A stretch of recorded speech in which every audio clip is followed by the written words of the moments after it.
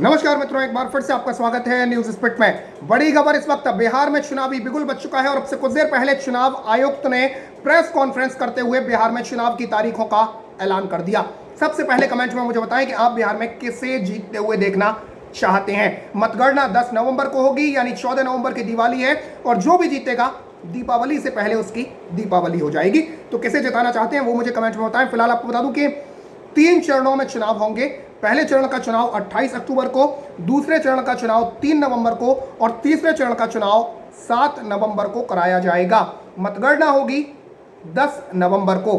आपको बता दूं कि पहले चरण के चुनाव में 16 जिलों की 71 सीटों पर चुनाव कराया जाएगा, जो कि 28 अक्टूबर को होगा।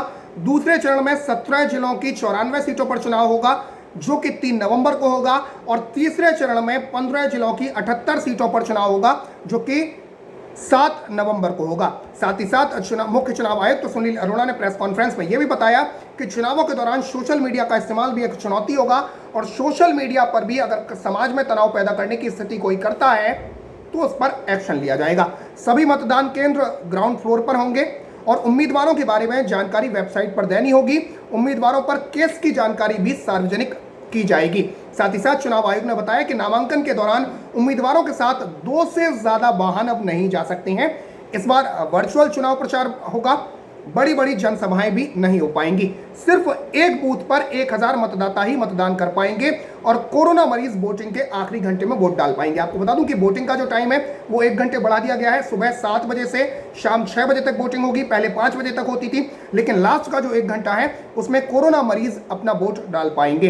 बिहार विधानसभा चुनावों में कुल 7 करोड़ से ज्यादा मतदाता अपने मत का इस्तेमाल करेंगे और नामांकन भरे जा सकते हैं। आपको बता दूं कि सुबह 7 बजे से शाम 6 बजे तक के लिए वोटिंग कर दी गई है। साथ ही साथ ये भी रूल है कि बिहार विधानसभा कैंडिडेट समेत कुल 5 लोग ही अब डोर टू डोर कैंपेन में शामिल होंगे और 5 लोग से ज्यादा प्रचार के लिए किसी के घर पर नहीं जा पाएंगे। साथ ही साथ सुरक्षा मानकों के तहत ये चुनाव कराए जाएंगे। पोलिंग बूथ पर मतदाताओं की संख्या जैसा कि मैंने बताया कि 1000 कर दी गई है और 7 lakh hand sanitizer, 6 lakh PPE kits, 7.5 lakh bedsheets, 23 lakh hand gloves का इंतजाम भी किया गया है। 7 लाख से ज्यादा हैंड सैनिटाइजर और 46 लाख से ज्यादा मास्क भी उपलब्ध कराए जाएंगे। आपको बता दूं कि 243 विधानसभा सीटें हैं बिहार में और इन पर चुनाव होना है और कोरोना के काल में ये सबसे बड़ा चुनाव देश में होने जा रहा है।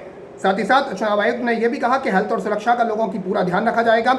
हालांकि इन चुनावों को टालने के लिए एससी में याचिका डाली गई थी सुप्रीम कोर्ट में, लेकिन सुप्रीम कोर्ट ने यह कहते हुए साफ इनकार कर दिया इस याचिका पर सुनवाई से कि चुनाव आयोग हालात के मुताबिक सभी चीजों का ध्यान में रखकर फैसला लेने में समर्थ है। साथ ही साथ आपको बता दूं कि सभी मतदान केंद्रों पर मतदाताओं को मास्क लगाकर और सैनिटाइजर का इस्तेमाल करके आने को कहा गया है, लेकिन एहतियातन मतदान केंद्रों पर मास्क, हैंड फ्री सैनिटाइजर और शरीर का तापमान मापने के इंतजाम भी किए गए हैं। मतदान शुरू होने से पहले बूथ को पूरी तरीके से सैनिटाइज करके डिसइंफेक्ट करने की भी सख्त हिदायत दी गई है।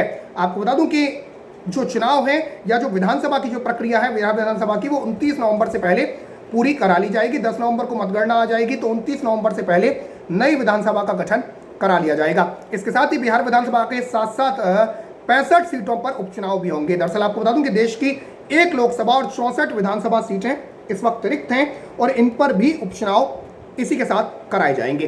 अब आपको बताता हूं कि इस वक्त अगर मैं 2019 के लोकसभा चुनावों की बात करूं, 2019 के लोकसभा चुनाव में 40 में से 39 सीटें एनडीए को मिली थी और अगर उसके हिसाब से विधानसभा वार गणित लगा लेते हैं तो 223 सीटों पर एनडीए जीतती हुई दिखाई दे रही है, जिसमें 96 सीटों पर बीजेपी तो 92 सीटों पर जदयू जीतती हुई दिखाई दे रही है। लोजपा 35 सीटों पर जीती हुई दिखाई दे रही है। ये मैं 2019 के हिसाब से जो लोकसभा चुनावों का जो परिणाम था उसके हिसाब से चुनाव परिणाम आपको बता रहा हूं।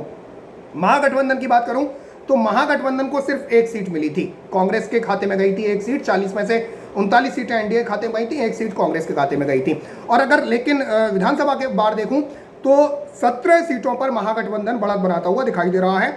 9 सीटों पर राजद, 5 पर कांग्रेस और 2 पर हम, जो कि अब एनडीए का हिस्सा बन चुकी है, जीतन राम मांझी की पार्टी है। इसके अलावा 1 सीट पर रालोसपा यानी उपेंद्र कुशवाहा की पार्टी, जो कि अब एनडीए में जाती हुई दिखाई दे रही है।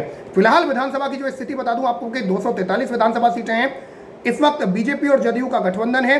राजद बिहार में सबसे बड़ी पार्टी है।